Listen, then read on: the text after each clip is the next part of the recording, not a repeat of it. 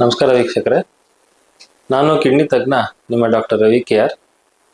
Kidney care by doctor Ravi KR YouTube ಚಾನಲ್ಗೆ ತಮಗೆ ಮತ್ತೆ ಸ್ವಾಗತ.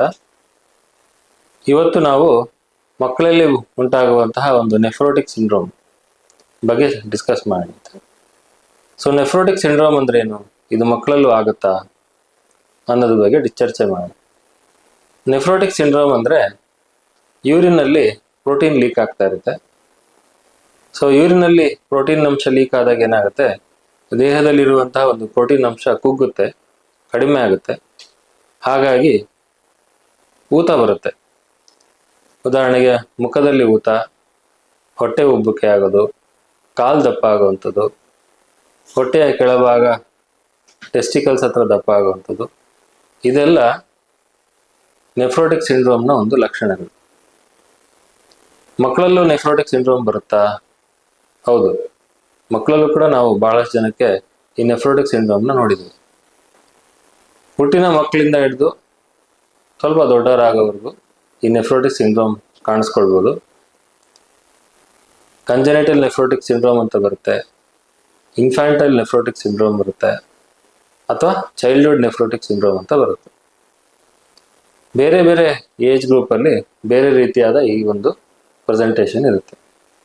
ಸೊ ಕಂಜೆನಿಟಲ್ ನೆಫ್ರೋಟಿಕ್ ಸಿಂಡ್ರೋಮ್ ಅಂದರೆ ಹುಟ್ಟಿನ ಮಗುನಲ್ಲೇ ಕೈಕಾಲೆಲ್ಲ ಊದ್ಕೊಂಡು ಯೂರಿನಲ್ಲಿ ಪ್ರೋಟೀನ್ ಲೀಕ್ ಆಗ್ತಾ ಇರುತ್ತೆ.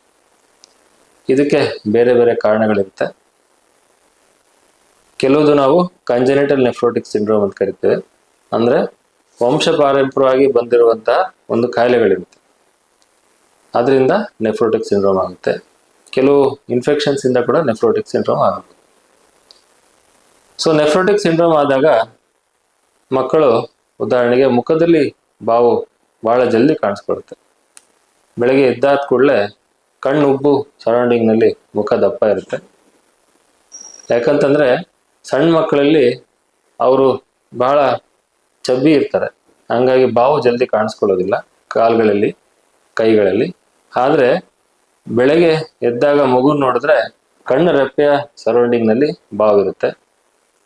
ಅದು ಜಾಸ್ತಿ ಆದಾಗ ಹೊಟ್ಟೆ ಬಾವು ಆಗ್ಬೋದು, ಕಾಲು ಬಾವು ಆಗ್ಬೋದು, ಕೈ ಬಾವು ಆಗ್ಬೋದು, ಅಥವಾ ಜನಾಂಗಳ ಬಾವು ಕೂಡ ಬರುತ್ತೆ. ಸೊ ಇದು ನಾವು ಹೇಗೆ ಕನ್ಫರ್ಮ್ ಮಾಡ್ಕೊತೀವಿ ಅಂತಂದ್ರೆ, ಒಂದು ಸಿಂಪಲ್ ಟೆಸ್ಟ್, ಆ ಮಗುವಿನ ಯೂರಿನ್ ಟೆಸ್ಟ್ ಮಾಡ್ತೇವೆ. ಸೊ ಯೂರಿನ್ ಟೆಸ್ಟ್ ಮಾಡಿದಾಗ ಅದರಲ್ಲಿ ಪ್ರೋಟೀನ್ ಲೀಕ್ ಆಗ್ತಿದೆ ಅಂತ ನೀವು ಖಚಿತಪಡಿಸ್ಕೊಳ್ಬೋದು. ಹಾಗೆ ರಕ್ತ ಪರೀಕ್ಷೆ ಕೂಡ ಮಾಡ್ಬೋದು, ಅದರಲ್ಲಿ ಆಲ್ಬುಮಿನ್ ಲೆವೆಲ್ಸ್ ಕಡಿಮೆ ಇರುತ್ತೆ. ಕೆಲವರಿಗೆ ಚೈಲ್ಡ್ಹುಡ್ ನೆಫ್ರೋಟಿಕ್ ಸಿಂಡ್ರೋಮ್ಸ್ ಅಲ್ಲಿ ಕೊಲೆಸ್ಟ್ರಾಲ್ ಕೂಡ ತುಂಬ ಜಾಸ್ತಿ ಇರುತ್ತೆ. ಸೊ ಇದು ನೆಫ್ರೋಟಿಕ್ ಸಿಂಡ್ರೋಮ್ ಅಲ್ಲಿ ಆಗುವಂಥ ಒಂದು ಬ್ಲಡ್ ಟೆಸ್ಟು ಹಾಗೂ ಯೂರಿನ್ ಟೆಸ್ಟ್ಗಳು. ಸೊ ನೆಫ್ರೋಟಿಕ್ ಸಿಂಡ್ರೋಮ್ ಯಾವ ಕಾರಣಕ್ಕೆ ಬರುತ್ತೆ? ಬಹಳಷ್ಟು ಜನಕ್ಕೆ ನೆಫ್ರೋಟಿಕ್ ಸಿಂಡ್ರೋಮ್ ಯಾವ ಕಾರಣಕ್ಕೆ ಬರುತ್ತೆ ಅಂತ ಗೊತ್ತಾಗಲ್ಲ. ಇದಕ್ಕೆ ನಾವು ಇಡಿಯೋಪಥಿಕ್ ಅಂತ ಕರಿತೀವಿ. ಇಡಿಯೋಪಥಿಕ್ ನೆಫ್ರೋಟಿಕ್ ಸಿಂಡ್ರೋಮ್ ಯಾಕೆ ಎಕ್ಸಾಕ್ಟ್ಲಿ ಬಂದಿರುತ್ತೆ ಅಂತ ಯಾವುದೇ ಒಂದು ನಿರ್ದಿಷ್ಟವಾದ ಕಾರಣ ಇರೋದಿಲ್ಲ. ಅದಲ್ಲದೆ ಸೆಕೆಂಡರಿ ನೆಫ್ರೋಟಿಕ್ ಸಿಂಡ್ರೋಮ್ಸ್ ಅಂತ ಇರ್ತದೆ. ಸೆಕೆಂಡರಿ ನೆಫ್ರೋಟಿಕ್ ಸಿಂಡ್ರೋಮ್ ಅಂದ್ರೆ ಏನು ಅಂತಂದ್ರೆ, ದೇಹದಲ್ಲಿ ಆಗುವಂತ ಬೇರೆ ಜಾಗದಲ್ಲಿ ಆಗುವಂತ ಒಂದು ಇನ್ಫೆಕ್ಷನ್ಸ್ ಇಂದ ಆಗುವಂತ ಒಂದು ನೆಫ್ರೋಟಿಕ್ ಸಿಂಡ್ರೋಮ್. ಉದಾಹರಣೆಗೆ ಹೆಪಟೈಟಿಸ್ ಬಿ ಇಂದ ಆಗಿರೋದು, ಹೆಪಟೈಟಿಸ್ ಸಿ ಇಂದ ಆಗಿರುವಂಥದ್ದು, ಅಥವಾ HIV ಇನ್ಫೆಕ್ಷನ್ ಇಂದ ಆಗಿರುವಂಥದ್ದು. ಕೆಲವರಿಗೆ ಮಲೇರಿಯಾ ಜ್ವರ ಬಂದಾಗ ಆಗುವಂಥ ನೆಫ್ರೋಟಿಕ್ ಸಿಂಡ್ರೋಮ್. ಕೆಲವರಿಗೆ ಯಾವ್ದಾದ್ರು ಒಂದು ಮೆಡಿಸಿನ್ಸ್ನ ಸೈಡ್ ಎಫೆಕ್ಟ್ ಇಂದ ಕೂಡ ಕೆಲವರಿಗೆ ಪ್ರೋಟೀನ್ ಲೀಕ್ ಆಗುತ್ತೆ. ಉದಾಹರಣೆಗೆ NSAIDs ಅಥವಾ ಪೇನ್ ಕಿಲ್ಲರ್ಸ್ ಕೆಲವರಿಗೆ ಜ್ವರಕ್ಕೆ ಹಾಕುವಂಥ ಒಂದು ಮೆಡಿಸಿನ್ಸ್ ಇಂದ ಕೆಲವರಿಗೆ ಆಗುವಂಥ ಸಾಧ್ಯತೆ ಇರುತ್ತೆ. ಇದಕ್ಕೆ ನಾವು ಸೆಕೆಂಡರಿ ನೆಫ್ರೋಟಿಕ್ ಸಿಂಡ್ರೋಮ್ಸ್ ಅಂತ ಕರಿತೀವಿ. ಅದಲ್ಲದೆ ಮಕ್ಕಳಲ್ಲಿ ಬರುವಂಥ ಒಂದು ಲೂಪಸ್ ಕಾಯಿಲೆ, ಮಕ್ಕಳಲ್ಲಿ ಬರುವಂಥ ಒಂದು ಡಯಾಬಿಟಿಸ್, ಇದೆಲ್ಲದಿಂದ ಕೂಡ ನೆಫ್ರೋಟಿಕ್ ಸಿಂಡ್ರೋಮ್ ಬರೋ ಸಾಧ್ಯತೆ ಇರುತ್ತೆ. ಸೊ ನೆಫ್ರೋಟಿಕ್ ಸಿಂಡ್ರೋಮ್ ಅಂತ ಆದಾಗ ನಾವು ಏನು ಮಾಡಬೇಕಾಗುತ್ತೆ? ಈಗಾಗಲೇ ಹೇಳಿದ ಹಾಗೆ ಕೈ ಕಾಲೆಲ್ಲ ದಪ್ಪ ಆದಾಗ ನಾವೊಂದು ಬ್ಲಡ್ ಟೆಸ್ಟ್ ಮಾಡ್ತೀವಿ, ಯೂರಿನ್ ಟೆಸ್ಟ್ ಮಾಡ್ತೀವಿ. ನೆಫ್ರೋಟಿಕ್ ಸಿಂಡ್ರೋಮ್ ಅಂತ ನಾವು ಡಾಕ್ಟ್ರು ಕನ್ಫರ್ಮ್ ಮಾಡ್ತಾರೆ. ಅವಾಗ ನಮ್ಗೆ ಏನು ಟ್ರೀಟ್ಮೆಂಟ್ ಆಪ್ಷನ್ ಇರುತ್ತೆ ಅಂತಂದರೆ, ಫುಡ್ಡಲ್ಲಿ ಸ್ವಲ್ಪ ಕಂಟ್ರೋಲ್ ಮಾಡಬೇಕು. ಮಗುಗೆ ಕೊಡುವಂಥ ಒಂದು ಆಹಾರದಲ್ಲಿ ಉಪ್ಪಿನಂಶನ ನಾವು ಕಡಿಮೆ ಮಾಡಬೇಕು. ಹಾಗೆ ಸಾಮಾನ್ಯವಾಗಿ ನೆಫ್ರೋಟಿಕ್ ಸಿಂಡ್ರೋಮ್ ಕನ್ಫರ್ಮ್ ಆಯಿತು ಅಂದರೆ ಡಾಕ್ಟರ್ಸ್ ಮೆಡಿಸಿನ್ಸ್ ಕೊಡ್ತಾರೆ. So first line of therapy nephrotic ಸಿಂಡ್ರೋಮ್ನಲ್ಲಿ ಕಾರ್ಟಿಕೋಸ್ಟೆರಾಯ್ಡ್ಸ್ ಆಗಿರುತ್ತೆ. ಅದನ್ನು ಮಕ್ಕಳಿಗೆ ನಾವು ಸಿರಪ್ ಮುಖಾಂತರ ಅಥವಾ ಮಕ್ಕಳು ಸ್ವಲ್ಪ ದೊಡ್ಡವರಿದ್ದು ಟ್ಯಾಬ್ಲೆಟ್ಸ್ ಎಲ್ಲ ನುಂಗ್ತಾರೆ ಅಂತಂದರೆ ಟ್ಯಾಬ್ಲೆಟ್ಸ್ ಮುಖಾಂತರ ಈ ಕಾರ್ಟಿಕೋಸ್ಟೆರಾಯ್ಡ್ಸ್ ಅಥವಾ ಸ್ಟೆರಾಯ್ಡ್ ಥೆರಪಿನ ನಾವು ಹಾಕ್ತೀವಿ. ಸೊ ನೆಫ್ರೋಟಿಕ್ ಸಿಂಡ್ರೋಮ್ ಅನ್ನೋದೇನಿರುತ್ತೆ, ಇದರಲ್ಲಿ ಫಸ್ಟ್ ಲೈನ್ ಆಫ್ ಥೆರಪಿ ಅಥವಾ ತುಂಬ ಇಂಪಾರ್ಟೆಂಟ್ ಥೆರಪಿ ಅಂದರೆ ಸ್ಟೆರಾಯ್ಡ್ಸ್. ಬಹಳಷ್ಟು ಜನಕ್ಕೆ ಒಂದು ಹೆದರಿಕೆ ಇರುತ್ತೆ, ಸ್ಟೆರಾಯ್ಡ್ಸ್ ತೊಗೊಂಡ್ರೆ ಸೈಡ್ ಎಫೆಕ್ಟ್ಸ್ ಆಗುತ್ತಾ ಅಂತ. ಯಾವುದೇ ಮಾತ್ರೆಗಳಾದರೂ ಕೂಡ, ಯಾವುದೇ ಮೆಡಿಸಿನ್ ಆದರೂ ಕೂಡ, ಯಾವ ಮೆಡಿಸಿನ್ ತಗೊಂಡ್ರೆ ಅನುಕೂಲಗಳು ಜಾಸ್ತಿ ಇರುತ್ತೆ, ಅನಾನುಕೂಲಗಳು ಕಡಿಮೆ ಇರುತ್ತೆ, ಆ ಮೆಡಿಸಿನ್ನ ನಾವು ನಿರ್ದಿಷ್ಟವಾದ ಒಂದು ಟೈಮ್ ಫ್ರೇಮ್ನಲ್ಲಿ, ಅಂದರೆ ಡಾಕ್ಟರ್ ಹೇಗೆ ಪ್ರಿಸ್ಕ್ರೈಬ್ ಮಾಡಿರ್ತಾರೆ, ನಿಮ್ಮ ಕಿಡ್ನಿ ತಜ್ಞರು ಹೇಗೆ ಪ್ರಿಸ್ಕ್ರೈಬ್ ಮಾಡಿರ್ತಾರೆ, ಹಾಗೆ ಕರೆಕ್ಟ್ ಡೋಸ್ನ ತಗೊಳ್ಳೋದ್ರಿಂದ ಯಾವುದೇ ಸೈಡ್ ಎಫೆಕ್ಟ್ ಇರೋದಿಲ್ಲ. ಸಾಮಾನ್ಯವಾಗಿ ಮಕ್ಕಳಲ್ಲಿ ಬರುವಂಥ ನೆಫ್ರೋಟಿಕ್ ಸಿಂಡ್ರೋಮು ಸ್ಟೆರಾಯ್ಡ್ಸ್ ಮುಖಾಂತರ ಮೋರ್ ದೆನ್ 95% ಕ್ಯೂರ್ ಮಾಡ್ಬೋದು. ಸೊ ಈ ನೆಫ್ರೋಟಿಕ್ ಸಿಂಡ್ರೋಮ್ ಟ್ರೀಟ್ಮೆಂಟ್ ತಗೊಳ್ಳಿಲ್ಲ ಅಂದರೆ ಏನಾಗ್ಬೋದು ಅಂತಂದರೆ, ನೆಫ್ರೋಟಿಕ್ ಸಿಂಡ್ರೋಮ್ ಆದಾಗ ಕೈ ಕಾಲುಗಳೆಲ್ಲ ದಪ್ಪ ಆಗುತ್ತೆ, ಹೊಟ್ಟೆಲಿರುವ ನೀರು ಇನ್ಫೆಕ್ಷನ್ ಆಗೋ ಚಾನ್ಸ್ ಇರುತ್ತೆ. ಕಾಲುಗಳು ದಪ್ಪ ಆದಾಗ ಸೆಲ್ಯುಲೈಟಿಸ್ ಅಂದರೆ ಚರ್ಮ ಎಲ್ಲ ಕಾಲಿನಲ್ಲಿ ಕೆಂಪಾಗಿ ಇನ್ಫೆಕ್ಷನ್ ಆಗೋ ಚಾನ್ಸ್ ಇರುತ್ತೆ. ಹಾಗೆ ಈ ನೆಫ್ರೋಟಿಕ್ ಸಿಂಡ್ರೋಮ್ ಅನ್ನೋದಲ್ಲಿ ನಮ್ಮ ರಕ್ತ ಭಾಳ ಥಿಕ್ಕಾಗಿರುತ್ತೆ, ಅದಕ್ಕೆ ನಾವು ಹೈಪರ್ ಕೋಯಾಗುಬಲ್ ಸ್ಟೇಟ್ ಅಂತ ಕರಿತೀವಿ. ಸೊ ನೆಫ್ರೋಟಿಕ್ ಸಿಂಡ್ರೋಮ್ ಸರಿಯಾಗಿ ಟ್ರೀಟ್ಮೆಂಟ್ ತಗೊಳ್ಳಿಲ್ಲ ಅಂದರೆ ಕಾಲಲ್ಲಿ ಅಥವಾ ಹೊಟ್ಟೆಲಿರೋ ರಕ್ತನಾಳಗಳು ಬ್ಲಾಕೇಜ್ ಆಗೋ ಚಾನ್ಸಸ್ ಇರುತ್ತೆ. ಯಾವಾಗ ನೆಫ್ರೋಟಿಕ್ ಸಿಂಡ್ರೋಮ್ ಆಗುತ್ತೆ, ಮಗುಗಳ ಬೆಳವಣಿಗೆ ಚೆನ್ನಾಗಿ ಆಗೋದಿಲ್ಲ, ದೈಹಿಕವಾಗಿರ್ಬೋದು ಮಾನಸಿಕವಾಗಿರ್ಬೋದು ಬೆಳವಣಿಗೆ ಚೆನ್ನಾಗಿ ಆಗೋದಿಲ್ಲ. ಹಾಗಾಗಿ ನೆಫ್ರೋಟಿಕ್ ಸಿಂಡ್ರೋಮ್ ಆದಾಗ ಕರೆಕ್ಟಾಗಿ ನಿರ್ದಿಷ್ಟವಾಗಿ ಕಿಡ್ನಿ ತಜ್ಞರ ಸಲಹೆ ಮೇಲೆಗೆ, ನಿಮ್ಮ ತಜ್ಞರ ಸಲಹೆ ಮೇಲೆಗೆ ಅದು ಕರೆಕ್ಟಾಗಿ ಒಂದು ಡ್ಯೂರೇಷನ್ ಆಫ್ ಟ್ರೀಟ್ಮೆಂಟ್ನ ತಗೊಳ್ಬೇಕಾಗುತ್ತೆ. ಹಾಗೆ ಕೆಲವೊಂದು ಸಾರಿ ಯಾವಾಗ ಸ್ಟೆರಾಯ್ಡ್ ಥೆರಪಿ ನಾವು ಕೊಡ್ತೇವೆ, ಮೋರ್ ದೆನ್ 90% ಮಕ್ಕಳು ಕ್ಯೂರ್ ಆಗ್ತಾರೆ. ಎಲ್ಲರೂ ಕ್ಯೂರ್ ಆಗ್ತಾರಾ ಅನ್ನೋದು ಪ್ರಶ್ನೆ.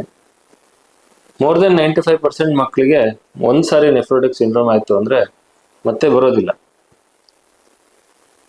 3 to 5% ಮಕ್ಕಳಿಗೆ ಮತ್ತೆ ಬರೋ ಚಾನ್ಸಸ್ ಇರುತ್ತೆ. ಉದಾಹರಣೆಗೆ ಕಂಜೆನಿಟಲ್ ನೆಫ್ರೋಟಿಕ್ ಸಿಂಡ್ರೋಮ್ ಇರ್ಬೋದು, ಅಥವಾ ಫೆಮಿಲಿಯಲ್ ನೆಫ್ರೋಟಿಕ್ ಸಿಂಡ್ರೋಮ್ ಇರ್ಬೋದು, ಅಥವಾ ಏಟಿಪಿಕಲ್ ನೆಫ್ರೋಟಿಕ್ ಸಿಂಡ್ರೋಮ್ಸ್ ಇರ್ಬೋದು. ಇವರಿಗೆ ಮತ್ತೆ ಮತ್ತೆ ರಿಲ್ಯಾಪ್ಸ್ ಆಗ್ತಾ ಇರ್ತದೆ, ಅಂದರೆ ಟ್ರೀಟ್ಮೆಂಟ್ ತಗೊಂಡು ಚೆನ್ನಾಗಿರ್ತಾರೆ, ಆದರೆ ಮತ್ತೆ ಇದೇ ರೀತಿ ಆಗುವಂಥ ಒಂದು ಸಾಧ್ಯತೆ ಇರುತ್ತೆ. ಇದಕ್ಕೆ ನಾವು ಸೆಕೆಂಡ್ ಎಪಿಸೋಡ್ಸ್ ಅಥವಾ ಥರ್ಡ್ ಎಪಿಸೋಡ್ ಅಥವಾ ರಿಲ್ಯಾಪ್ಸ್ ಆಫ್ ನೆಫ್ರೋಟಿಕ್ ಸಿಂಡ್ರೋಮ್ ಅಂತ ಕರಿತೀವಿ. ಆವಾಗ ನಾವು ಏನು ಮಾಡಬೇಕು ಅಂದರೆ, ನಿಮ್ಮ ಕಿಡ್ನಿ ತಜ್ಞರನ್ನು ಭೇಟಿ ಮಾಡಿ, ಇದಕ್ಕೆ ಯಾವುದಾದ್ರು ಏಟಿಪಿಕಲ್ ಫೀಚರ್ಸ್ ಇದ್ದರೆ, ಅಂದರೆ ಮಕ್ಕಳಲ್ಲಿ ಯೂರಿನ್ನಲ್ಲಿ ಪ್ರೋಟೀನ್ ಲೀಕ್ ಆಗೋ ಜೊತೆಗೆ ರಕ್ತ ಹೋಗುವಂಥದ್ದು, ಅಥವಾ ನೀವು ಕೊಡೋ ಟ್ರೀಟ್ಮೆಂಟಿಗೆ ಸ್ಪಂದಿಸ್ತಾ ಇಲ್ಲ ಮಗು, ಪದೇ ಪದೇ ಆಗ್ತಾ ಇದೆ, ಏಟಿಪಿಕಲ್ ಫೀಚರ್ಸ್ ಇದ್ದಾಗ ಈ ಮಕ್ಕಳಲ್ಲಿ ನಾವು ಕಿಡ್ನಿ ಬಯಾಪ್ಸಿ ಅಂತ ಮಾಡ್ಬೋದು. ಕಿಡ್ನಿ ಬಯಾಪ್ಸಿ ಮಾಡೋದ್ರಿಂದ ಈ ಮಗುವಿಗೆ ಎಕ್ಸಾಕ್ಟ್ ಆಗಿ ಯಾವ ಕಾರಣದಿಂದ ನೆಫ್ರೋಟಿಕ್ ಸಿಂಡ್ರೋಮ್ ಬಂದಿದೆ ಅಂತ ಆ ಕಿಡ್ನಿ ಟಿಶ್ಯೂನ ನಾವು ಮೈಕ್ರೋಸ್ಕೋಪಲ್ಲಿ ನೋಡಿ ಡಯಾಗ್ನೋಸಿಸ್ ಮಾಡ್ಬೋದು. ಸೊ ನೋಡಿದ್ರಲ್ಲ, ಕೆಲವು ನೆಫ್ರೋಟಿಕ್ ಸಿಂಡ್ರೋಮ್ಗಳು ತೊಂದರೆ ಕೊಡುತ್ತೆ. ಹಾಗಾದಾಗ ನಿಮ್ಮ ಒಂದು ಕಿಡ್ನಿ ತಜ್ಞರ ಸಲಹೆಯನ್ನು ತಗೊಳ್ಳಿ. ಇದಕ್ಕೆ ಕೊಡಬೇಕಾದಂಥ ಒಂದು ಸೆಕೆಂಡ್ ಲೈನ್ ಡ್ರಗ್ಸ್, ಯಾವಾಗ ನಾವು ಕಾರ್ಟಿಕೋಸ್ಟೆರಾಯ್ಡ್ಸ್ ಕೊಟ್ಟಾಗ ಕಂಪ್ಲೀಟ್ ಗುಣ ಆಗೋದಿಲ್ಲ, ಅದಕ್ಕೆ ನಾವು ಸ್ಟೆರಾಯ್ಡ್ ರೆಸಿಸ್ಟೆಂಟ್ ಅಂತ ಕರಿತೀವಿ, ಅಥವಾ ಪದೇ ಪದೇ ಪ್ರೋಟೀನ್ ಲೀಕ್ ಆಗ್ತಾ ಇರುತ್ತೆ, ಅಥವಾ ಸ್ಟೆರಾಯ್ಡ್ ಡಿಪೆಂಡೆಂಟ್ ಅಂತ ಕರಿತೀವಿ. ಈ ಥರ ಆದಾಗ ನೀವು ನಿಮ್ಮ ಕಿಡ್ನಿ ತಜ್ಞರನ್ನು ಭೇಟಿ ಮಾಡಿ, ಅದಕ್ಕೆ ಅವಶ್ಯಕತೆ ಇದ್ದರೆ ಒಂದು ಕಿಡ್ನಿ ಬಯಾಪ್ಸಿನ ಮಾಡಿಸ್ಕೊಳ್ಳಿ. ಕಿಡ್ನಿ ಬಯಾಪ್ಸಿ ಮಾಡಿಸ್ಕೊಳ್ಳೋದ್ರಿಂದ ಯಾವ ರೀತಿಯ ಚಿಕಿತ್ಸೆ ನಿಮ್ಮ ಮಗುವಿಗೆ ಸೂಕ್ತ ಅನ್ನೋದನ್ನು ನೀವು ಡಿಸೈಡ್ ಮಾಡಬೇಕು. So second line of drugs corticosteroids ಅಲ್ಲದೆ ಬೇರೆ ಬೇರೆ ರೀತಿಯಾದ ಇಂಜೆಕ್ಷನ್ಸ್ಗಳಿದೆ, ಟ್ಯಾಬ್ಲೆಟ್ಸ್ಗಳಿದೆ. ಇದರಿಂದ ಕೂಡ ಈ ನೆಫ್ರೋಟಿಕ್ ಸಿಂಡ್ರೋಮ್ನಿಂದ ಮಗು ಚಿಕಿತ್ಸೆ ಪಡೆದು ಸಂಪೂರ್ಣ ಗುಣ ಆಗ್ಬೋದು. ಈಗ ನೋಡಿದ್ರಲ್ಲ ವೀಕ್ಷಕರೇ, ಮಕ್ಕಳಲ್ಲಿ ಕೂಡ ಕಿಡ್ನಿ ತೊಂದರೆ ಅಥವಾ ನೆಫ್ರೋಟಿಕ್ ಸಿಂಡ್ರೋಮ್ ಮತ್ತೆ ಮತ್ತೆ ಬರ್ಲಿಕ್ಕೆ ಚಾನ್ಸಸ್ ಇರುತ್ತೆ. ಸಾಮಾನ್ಯವಾಗಿ ಈ ನೆಫ್ರೋಟಿಕ್ ಸಿಂಡ್ರೋಮ್ ಆದಾಗ ಮಕ್ಕಳೆಲ್ಲ ಮೊದಲಾಗಿ ಪೀಡಿಯಾಟ್ರಿಷಿಯನ್ ಹತ್ರ ಹೋಗ್ತಾರೆ. ಬಹಳಷ್ಟು ಜನ ಪೀಡಿಯಾಟ್ರಿಷಿಯನ್ಸು ಟ್ರೀಟ್ಮೆಂಟ್ ತಗೊಳ್ಳೋದ್ರಿಂದ ಮೋರ್ ದೆನ್ 90% ಕ್ಯೂರ್ ಇರುತ್ತೆ. ಆದರೆ 3-5% ಮಕ್ಕಳಿಗೆ ಪದೇ ಪದೇ ಆಗುವಂಥ ಚಾನ್ಸಸ್ ಇರುತ್ತೆ. ಆಗ ನೀವು ನಿರ್ದಿಷ್ಟವಾದ ಚಿಕಿತ್ಸೆಯನ್ನು ತಗೊಂಡು ಅವಶ್ಯಕತೆ ಇದ್ದರೆ ರೀನಲ್ ಬಯಾಪ್ಸಿನ ಮಾಡೋದ್ರಿಂದ ಈ ಚಿಕಿತ್ಸೆ ಎಷ್ಟು ದಿವಸ ತಗೊಳ್ಬೇಕಾಗತ್ತೆ, ಮತ್ತೆ ಮತ್ತೆ ಬರೋ ಚಾನ್ಸಸ್ ಇದೆ ಅನ್ನೋದು ನೀವು ಕಂಡುಕೊಳ್ಬೋದು. ಸೊ ಈ ನೆಫ್ರೋಟಿಕ್ ಸಿಂಡ್ರೋಮ್ ಅನ್ನೋದೇನಿದೆ, ಇದು ಸರಿಯಾದ ಚಿಕಿತ್ಸೆ ಮುಖಾಂತರ ಸಂಪೂರ್ಣ ಗುಣಪಡಿಸ್ಕೊಳ್ಬೋದು. ಕಿಡ್ನಿ ತಜ್ಞರ ಸಲಹೆಯನ್ನು ಕರೆಕ್ಟ್ ಟೈಮಿಗೆ ತಗೊಳ್ಳೋದ್ರಿಂದ ನಿಮ್ಮ ಮಗುವಿನ ಕಿಡ್ನಿ ಇನ್ನೂ ಇಂಪ್ರೂವ್ಮೆಂಟ್ ಆಗುತ್ತೆ. ನಮಸ್ಕಾರ.